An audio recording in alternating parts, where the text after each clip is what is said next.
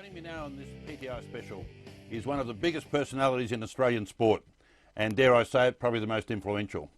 Multi-megastar, media megastar I should say, and the Collingwood president, Mr. Eddie McGuire. Can I call you Mr. or just Eddie? I thought you were introducing yourself there for a moment, Sam, but thank you very much for that wonderful introduction.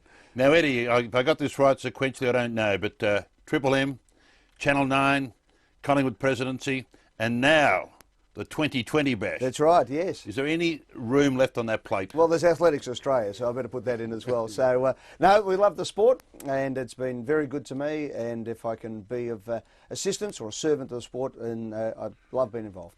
I know this has been, you must be absolutely bored to your back teeth with this, but look at the camera and tell me, can you categorically, without any fear of equivocation, say that Mick Malthouse will stay at Collingwood and not as the coach of the Collingwood Football Club next year? Mick Malthouse will stay at Collingwood next year as the Director of Coaching, and Nathan Buckley will be the Senior Coach of the Collingwood Football Club in season 2011.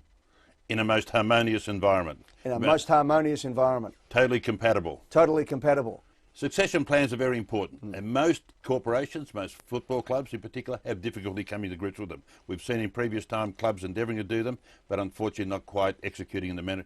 In hindsight, I know that you were commended and you had a vision for 2 years, but did you in your wildest dreams ever think that you would be confronted with the predicament that you are confronted by? We actually believed that we would be in this position, and just as to me it was as stupid an idea to sack Mick Malthouse when we finished 15th, does it make no sense now to not continue with the plan we have, because the plan we have is a little bit different. He's not leaving the club, he's going to play a massive role, but one that I believe, and when I say I, on behalf of the board of the Collingwood Football Club and management, have worked through and believe that a transition to Nathan Buckley at 37, 38 years of age and ready to go is the right time to do these things, and Mick to transition into a new role in football. I think over the years football coaches, as they've been paid more money, have tried to do too much. We want to focus the role back into actually coaching the football team as opposed to being the Kevin Sheedy model, if you like, of being recruiter and entrepreneur and showbiz and all the rest of it.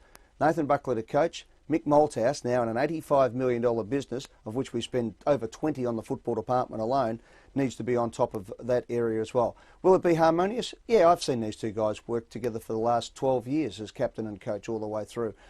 Is there going to be friction? Probably, but that's what happens in business. This is a cutthroat industry. We want people challenging. It's not all singing kumbaya in any football club or any organisation. So I want these people to go head to head and have arguments and discuss, and then ultimately put the best into the Collingwood Football Club. What is so unique about the power of the Collingwood brand? What is so uniquely different? Why is it such a powerful Man U type brand? You know what, I think it's because, I remember sitting at the footy with Trev Marmalade one time at a Collingwood North game, and he actually turned to me and said, you know, this actually means more to you than it does to me. And I think it does to all Collingwood supporters. It is something that is very much in their DNA. They are very passionate people.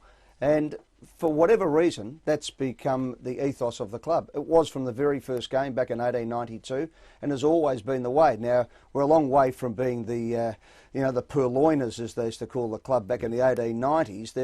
They've become, it's become a big institution. But I think intrinsically, what we try to do is be a big club, but still have a small club mentality. We let the parents in and the supporters into the rooms after a game. We get the players to go down, do the huddle in the goal square in front of the cheer squad at the start of a match. Well, you come from very humble beginnings, which you're always so very proud of. We talk about your Broadmeadows days. Yeah. Now, how does a Broady boy who had a very close affiliation with North Melbourne, yes, my old club, which you played in the under-19s there, yeah, and you wore the North Melbourne jumper, how could you possibly make that transition all of a sudden now be a...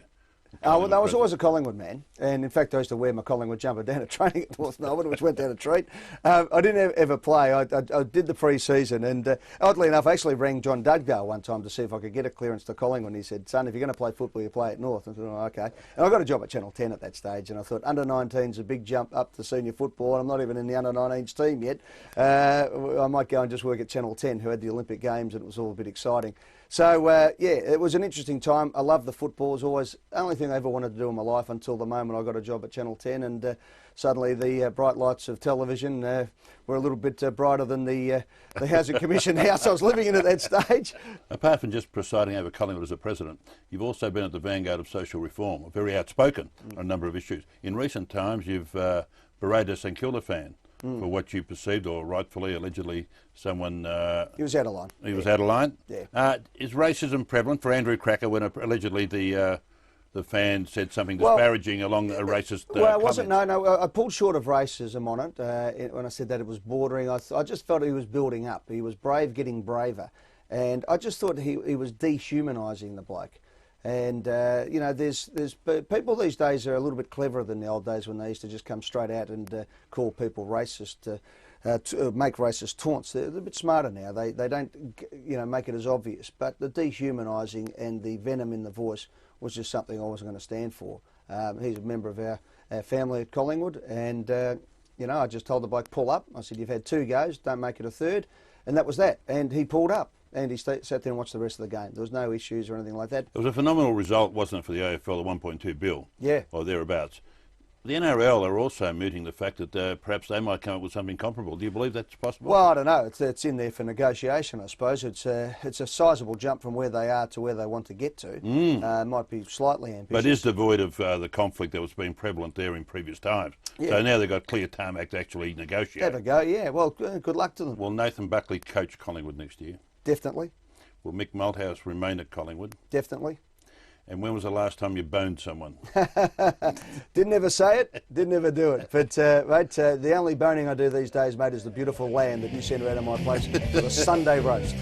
Thanks, Eddie. Go on, Kekovic. Absolute delight. Now, don't go away. There's a lot more on this PTI special.